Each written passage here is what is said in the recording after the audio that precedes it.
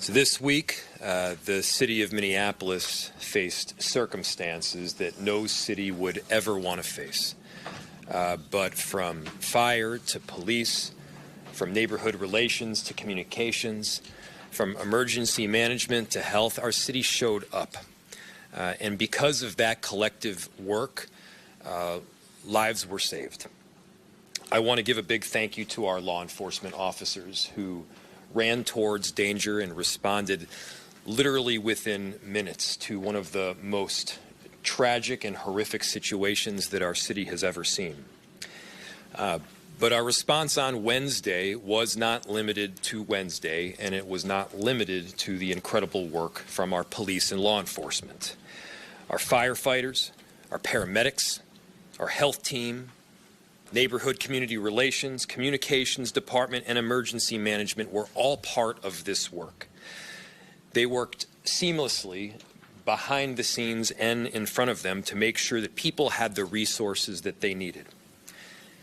Our emergency management team deserves some really special recognition because they were doing the work within minutes. They were setting up family support services and sites. They were providing food and water to the professionals that were on the scene in the moment. And they were also coordinating mental health response with parents and making sure that support was coming their way. Big thank you to Commissioner Barnett and Director Sayers, who are with us here today and will be speaking shortly. Those quiet heroes, they don't often get the spotlight, but the work that they have been doing, not just on Wednesday and the following days, but in many cases for years leading up to this moment.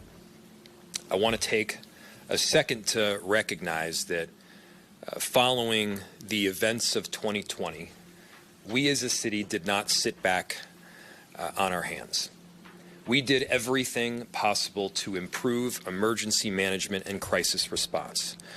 We worked tirelessly around NIMS, which is the National Incident Management System. We set up procedures and protocols. We set up channels to make sure that communications were going to the right people at the right time, all the way from incident command and the people on the ground up to the MAC group and myself. All of that work culminated in late 2023 with a trip out to Emmitsburg, Maryland, where FEMA helped to facilitate a number of simulations. Those simulations, that collective work, and the stick-to-itness that we showed in the years following helps to prepare us for emergencies of any kind. Obviously, you don't know the nature of an emergency before it arises. But the work that the city of Minneapolis has collectively done has shown resolve and has showed strength. And I'm proud of the performance over the last several days. And we also know that it's not over yet. I also want to give a huge thank you to the school staff and the students, because any emergency response is not limited to city officials themselves. They saved lives. They jumped on the backs of their closest friends to make sure that they were protected from bullets, and they escorted students out of the way to make sure they weren't hit by fire. They're heroes. The staff of Annunciation, the families at Annunciation, they are heroes. They deserve our full support right now because they represent the very best of Minneapolis. And to our broader community, thank you. We've seen neighborhoods step up with donations.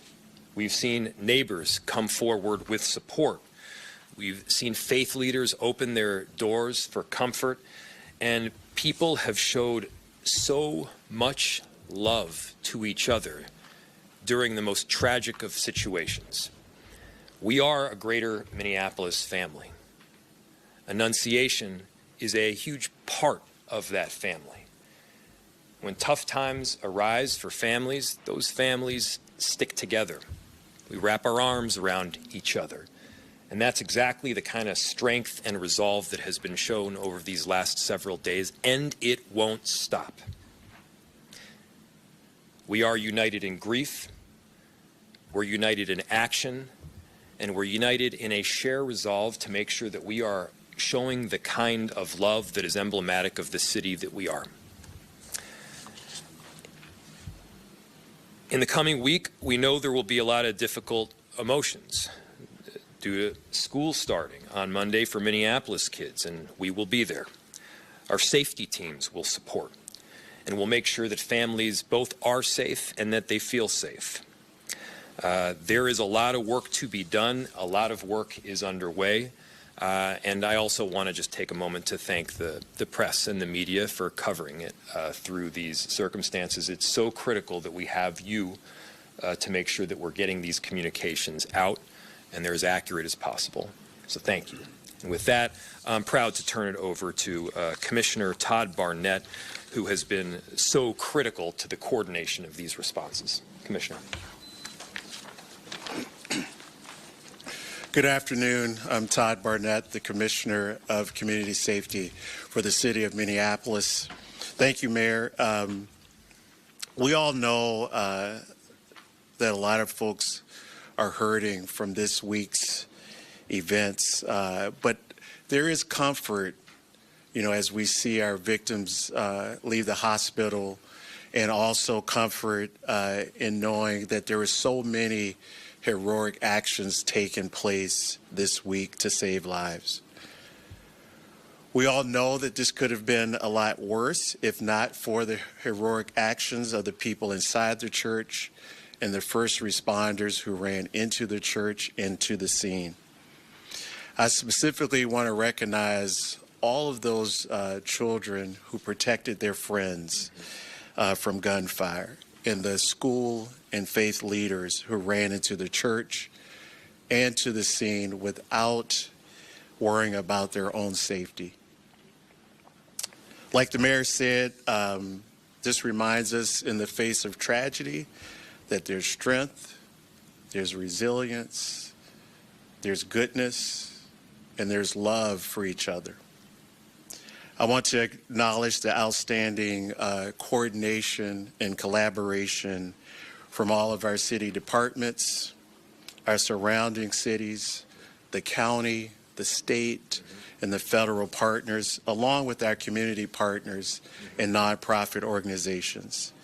We cannot thank you enough. This demonstrates the impact that all of us can have when we're working together. Our Emergency Management Director, Rachel Sayer, joined us earlier this year, and I've watched her. She's hit the ground running. She has emphasized the importance of preparedness. She's also emphasized the importance of our response, the recovery process, and learning from incidents. She brings an international experience to responding to emergencies. Her leadership and her team's leadership in response were critical in helping victims and families in the community. Director Sayer has brought a new level of preparedness to our city. Director Sayer, thank you. Thank you, Commissioner. My name is Rachel Sayer, R-A-C-H-E-L, last name S-A-Y-R-E. I am the Director of Emergency Management for the City of Minneapolis, and I am also right now the Director of the Emergency Operations Center for the city. When I arrived to this role in the city, my mission was to ensure that we were prepared for whatever disaster or large-scale emergency would come our way. This week, we activated our city's Emergency Operations Center and emergency plans immediately. Our job when we do this is to provide services for the impacted families, as well as to provide resources for the first responders so that they can get their job done safely. We provided, in the immediacy of this emergency, food, water. We had mental health resources on site to be provided to families while they were still at the church. And going onward, we have continued to provide services and support, such as hot meals, things like mental health and spiritual support. We are providing pet therapy dogs as well. We are providing, most importantly, connections to resources that are going to help the family immediately and in the ongoing aftermath of this tragedy. If you were impacted, it's really important that you know this. If you were at the scene, if you worked in the church, if you were a neighbor that witnessed what happened, if you were a witness in the immediate area, you have the ability to access funds that will help you recover. These are managed through the Office of Justice Programs through the state, a great partner in helping make sure that you have access to these funds. You can find these funds on their website. These are going to help you get reimbursed for things like lost wages, for medical expenses, for childcare, accessibility. So we really encourage you, if you were impacted, to please reach out and avail yourself of these reimbursement funds and apply. We want to make sure you have access to those. And then finally, I'll just say we always want to make sure our community is prepared. And one of the best ways you can be connected to making sure you have the latest information is by texting MPLS alerts to 77295, and that is going to get you the most immediate information when we have severe life-threatening alerts that you need to be aware of. With that, I'm going to turn it over to our Assistant Chief Gators. Good afternoon, everyone. I am Assistant Chief Christopher Gators, the Minneapolis Police Department, CHRISTOPHERGAITERS. Just to let you know quickly here that we don't have any new updates as far as the investigation. I am here to speak operationally about what is taking place with the police department moving forward. Keep in mind, we understand that as parents, worshipers, officers within our law enforcement community, we understand the fears and concerns that so many of our community members have regarding what has taken place and what they're carrying within themselves right now. We recognize that people want to be reassured that our community is going to be safe, that our children are going to be safe. Those visiting and frequenting these facilities such as schools and worship facilities are going to be safe, and we take that very seriously. We're committed to doing everything we can to ensure that our teachers, administrators, along with, more importantly, our children coming back to school and those who are already in school are going to remain safe. We equally are committed to safety, and for those who are attending, we have volunteers within our schools. We have parents who come and volunteer. We have community members who come and volunteer, and we're committed to them and want to reassure them that we are doing everything in our power to make certain that you are safe and that your daily operations will continue as they have in the past, as you expect them to do, with the safety being brought by our police department. The Minneapolis Police Department has implemented round-the-clock extra patrols, which means that typically on the police department we have officers within districts patrolling areas.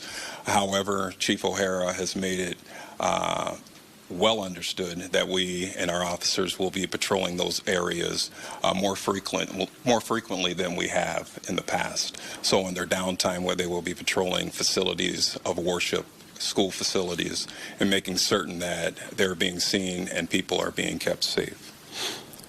These enhanced patrols will remain in effect through September 5th. However, keep in mind that Chief O'Hara will evaluate information as it comes in and can scale up and adjust these patrols and extra patrols as information comes in. The Minneapolis State Patrol, Department of Natural Resources, and many Hennepin County agencies are also providing extra assistance with extra patrols for our city as far as public safety is concerned, and we are very much so appreciative of that. We cannot do this without our law enforcement partners and our community members. Patrols and through these agencies will continue through September 3rd. And again, those can be scaled up or back as information comes in. Since August, our patrol operations have been strengthened by additional support from state and county and local law enforcement partners. And we will continue to use them to progress through and work through these challenges that we're facing, but be certain about the fact that we will be here for community and be here for your safety.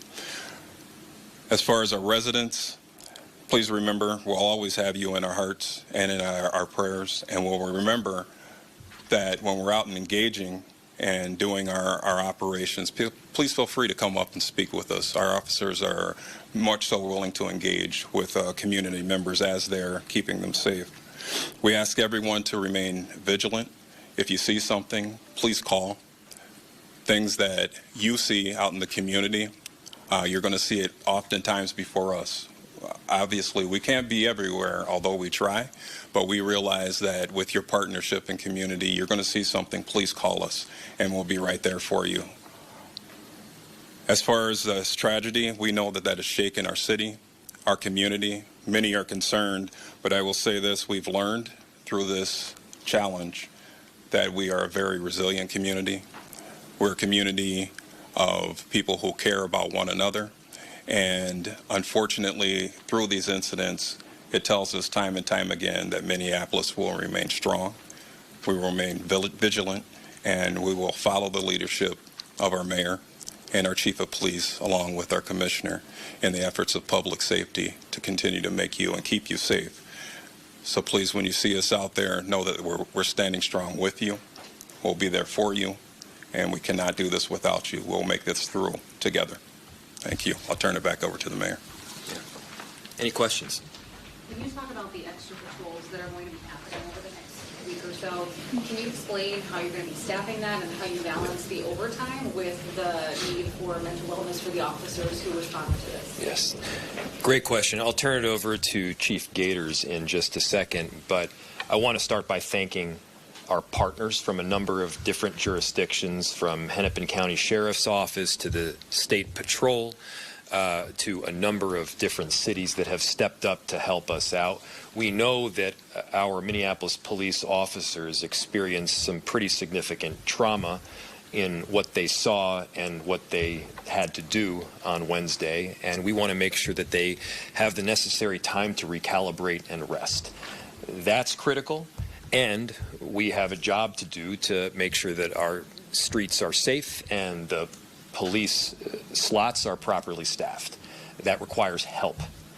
So through a combination, yes, potentially of overtime, but also assistance from other jurisdictions, we're going to be able to do exactly that. Again, we could not do this without this broader team, and we're so appreciative of this work. Chief, did I miss anything? Or if I did, that's okay. You can feel free to add to it. Thank you, Mayor. You hit the nail on the head. As far as our staffing with our police department, we will remain staffed with the assistance of our partners throughout the state, whether it be locally, county, statewide. We'll remain staffed to serve our citizens and give them the service that they are expecting from us. Assistant Chief Gators, 2 questions for you. One follows to that. I know you said the timeline is fluid in terms of how long these extra patrols will be out there. What went into the decision to have that timeline be September 5th and not potentially having it be longer? Great question. The question was, as far as the staffing, what went into consideration for making a September 5th ending period? As you said before, this is fluid. At some point, we have to give a date just for operational purposes of when operations may end. It's a date. The chief is well aware of information that comes in, and dates can be adjusted, and they will be adjusted.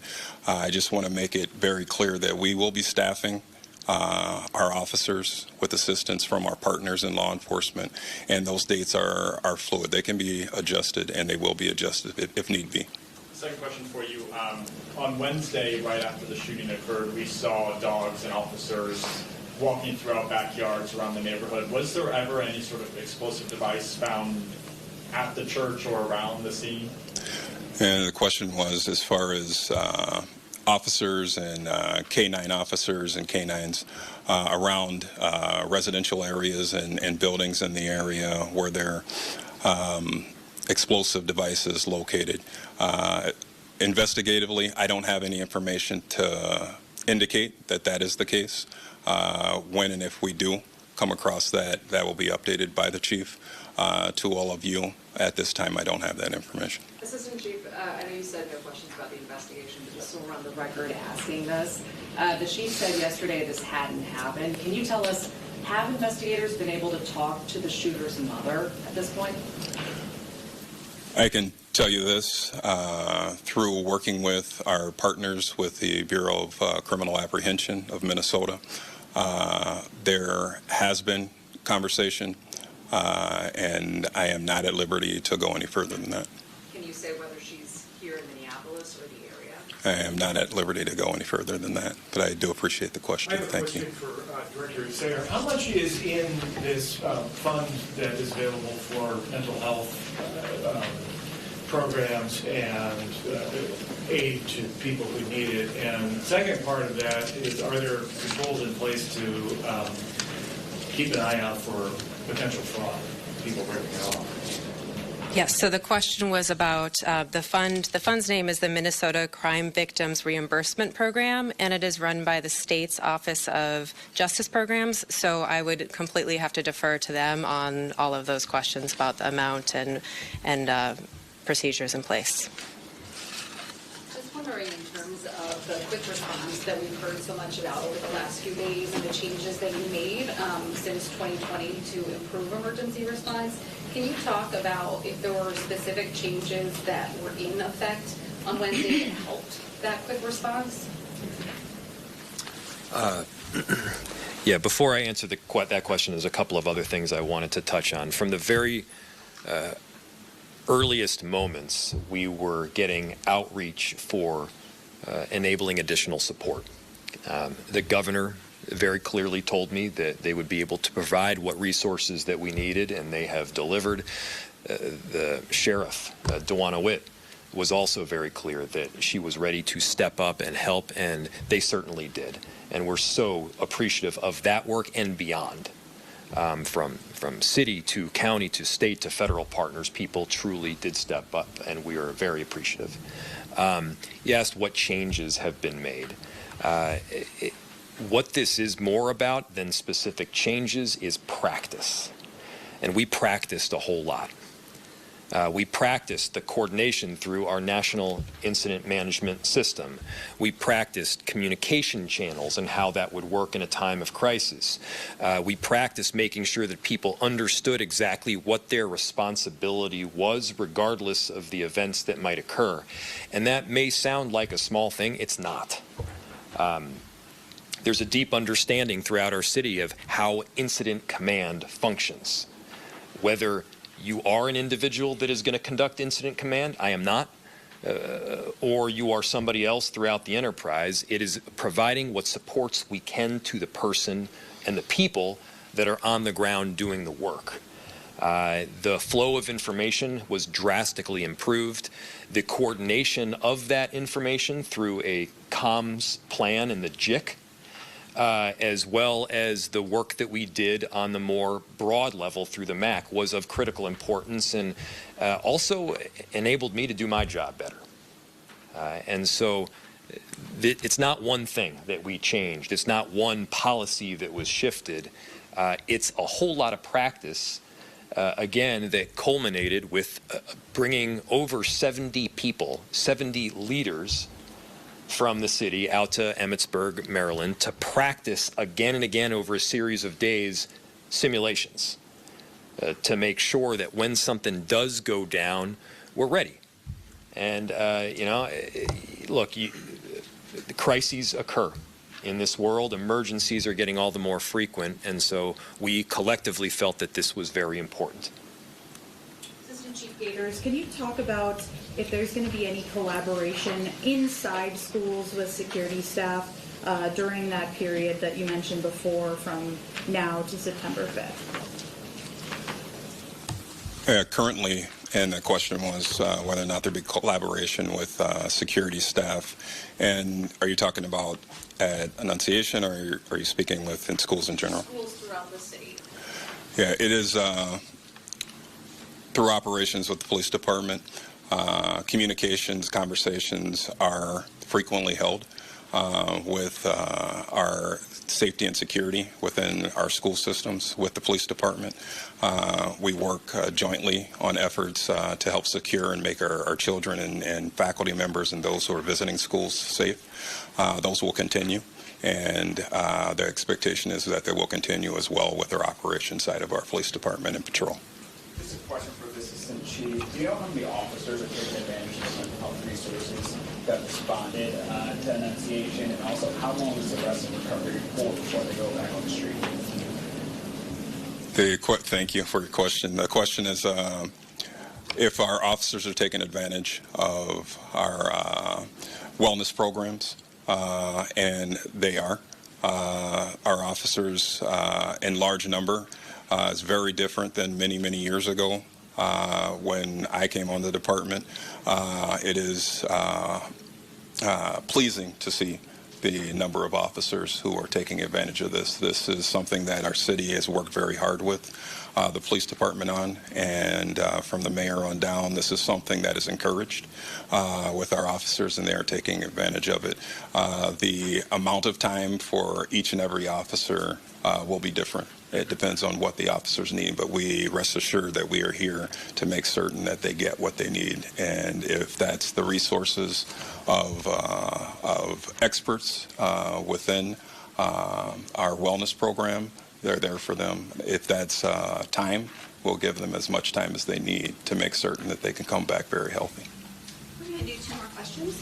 Just a quick question for the Assistant Chief. Have you determined at this point what time the shooter arrived at the church, and if this person has done surveillance of the church in the days, weeks, months prior to the shooting? And the question is whether or not we have the time, and whether or not the time of when this shooter arrived, and whether or not surveillance was done on the facility. At this time, I don't have that information. When that information is available and we're able to give that to you, we definitely will. We're hearing about people in the shooter's past, I mean, dating all the way back to like middle school. We're talking about, I don't want to use the legal term red flags, but like warning signs. And we're sitting here talking about emergency management, but then there's also prevention. Can you say whether warning signs were missed in this case, based on what you know right now?